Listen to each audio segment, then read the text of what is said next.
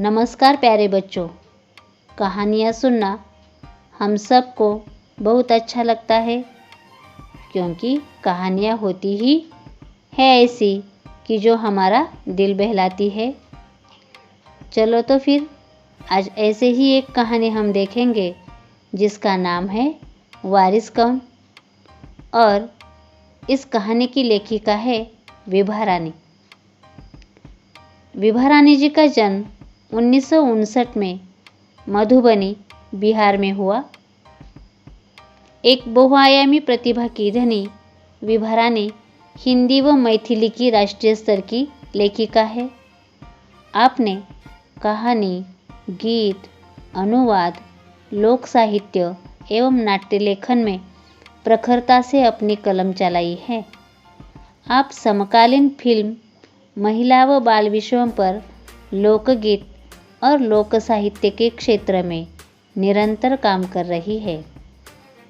प्रमुख कृतियाँ इस प्रकार है: चल खुसरो घर अपने, मिथिला की लोक कथाएँ, गोनू झा के किस्से एक कहानी संग्रह है, अगले जन्म मोहे बेटिया न कीजो ये नाटक है, समरथ CAN ये द्विभाषी हिंदी अंग्रेजी का अनुवाद है, और बिल टेलर की डायरी आदि इनकी प्रमुख कृतियाँ हैं। प्रस्तुत संवादात्मक कहानी के माध्यम से विभा रानी जी का कहना है कि हमें उत्तम फल प्राप्त करने के लिए समय और साधनों का सदुपयोग करना चाहिए। जो ऐसा करता है वही जीवन में सफल होता है। चलो तो फिर देखते हैं हमारी कहानी वारिस कौन। एक राजा था, उसके 4 बेटियां थी। राजा ने सोचा कि इन चारों में से जो सबसे बुद्धिमती होगी उसे ही अपना राजपाट सौंपेगा। राजपाट मतलब राजगद्दी। इसका फैसला कैसे हो, वह सोचने लगा। अंत में उसे एक उपाय सूझ गया।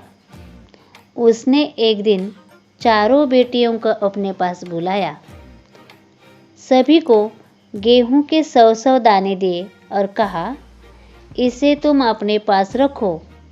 5 साल बाद मैं जब इन्हें मांगूंगा तब तुम सब मुझे वापस कर देना।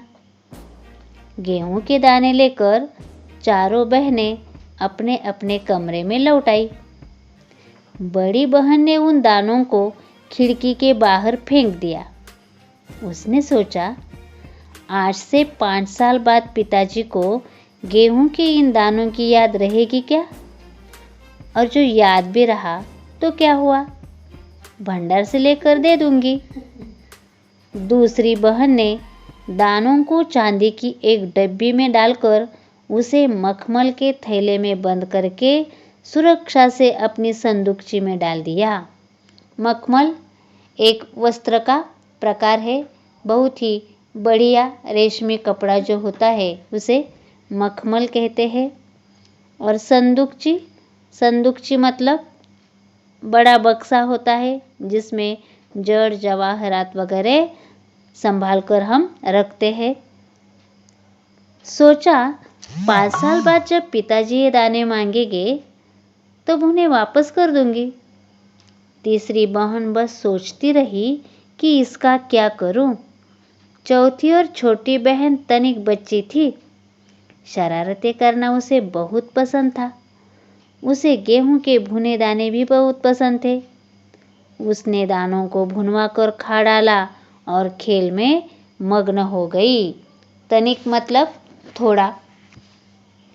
तीसरी राजकुमारी को इस बात का यकीन था कि पिताजी ने उन्हें यूं ही ये दाने नहीं दिए होंगे। जरूर इसके पीछे कोई मकसद होगा। मकसद, उद्देश्य, हेतु। पहले तो उसने भी अपनी दूसरी बहनों की तरह ही उन्हें सहेज कर रख देने की सोची। सहेज कर, संभाल कर। लेकिन वह ऐसा न कर सकी। 2-3 दिनों तक वह सोचती रही। फिर उसने अपने कमरे की खिड़की के पीछे वाली जमीन में वो दाने बो दिए। समय पर अंकुर फूटे, पौधे तैयार हुए और दाने निकले। अंकुर मतलब बीज से फूटकर उगने की, पौधे की जो प्रारंभिक अवस्था होती है उसे हम अंकुर कहते हैं।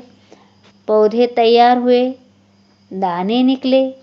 राजकुमार ने तैयार फसल में से दाने निकाले और फिर से बो दिए।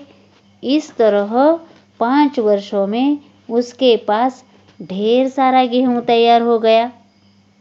5 साल बाद राजा ने फिर चारों बहनों को बुलाया और कहा, आज से 5 साल पहले मैंने तुम्हें चारों को गेहूं के 100-100 दाने दिए थे और कहा था कि 5 साल बाद मुझे वापस करना। कहाँ है वे दाने? बड़ी राजकुमारी भंडार घर जाकर गेहूं के दाने ले आई और राजा को दे दिए। राजा ने पूछा, क्या ये वही दाने हैं जो मैंने तुम्हें दिए थे? पहले तो राजकुमारी ने हाँ कह दिया, मगर राजा ने फिर कड़क कर पूछा, तब उसने सच्ची बात बता दी। कड़क कर माने कठोर शब्दों में। राजा ने दूसरी राजकुमारी से पूछा, तुम्हारे दाने कहाँ है? दूसरी राजकुमारी अपनी संदूकची में से एक मखमल के खोल वाली डिब्बी उठा लाई, जिसमें उसने गेहूं के दाने सहेज कर रखे थे। राजा ने उसे खुलकर देखा तो दाने सड़ गए थे। तीसरी राजकुमारी से पूछा, तुमने क्या किया उन दानों का? तीसरी ने कहा, मैं इसका उत्तर आपको अभी नहीं दूंगी, क्योंकि जवाब पाने के लिए आपको यहाँ से दूर जाना पड़ेगा और मैं वहाँ आपको कल ले चलूंगी। राजा ने अब चौथी और सबसे छोटी राजकुमारी से पूछा। उसने उसी बेपरवाही से जवाब दिया, उन दानों की कोई कीमत है पिताजी? वैसे तो ढेरों दाने भंडार में पड़े हैं।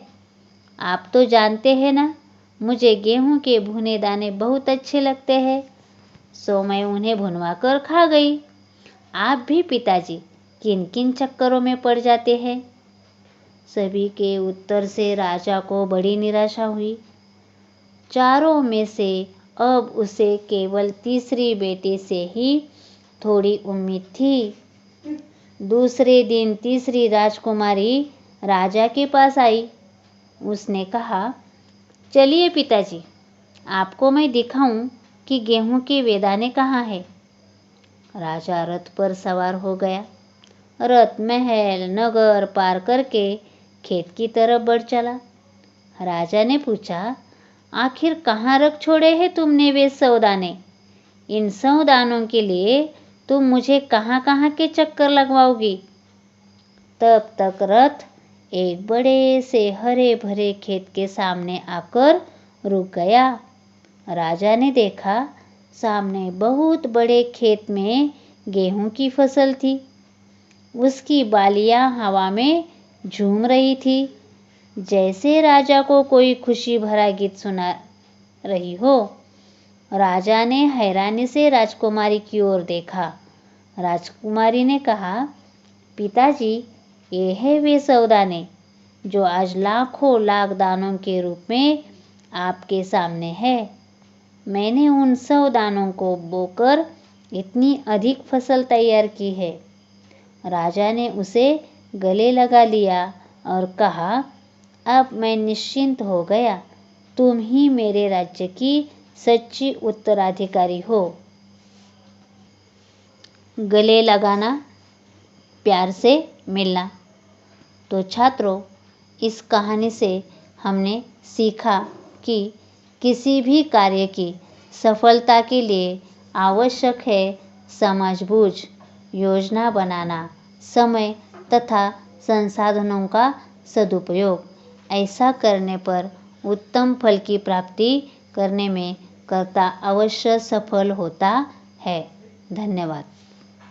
अगर मेरा वीडियो आपको पसंद आया तो लाइक करो, शेयर करो और मेरे चैनल को सब्सक्राइब करो।